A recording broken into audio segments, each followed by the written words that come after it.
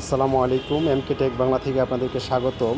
আজকে বন্ধুরা একটি সেন্সি গ্যাসোলিন জেনারেটর ইনস্টলেশন করার জন্য চলে এসেছি।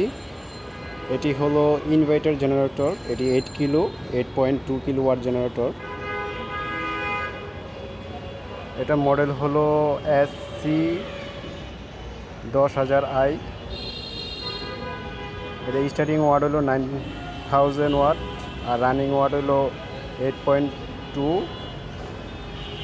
ওয়াট। এটা ইঞ্জিন ক্যাপাসিটি হলো 27 লিটার।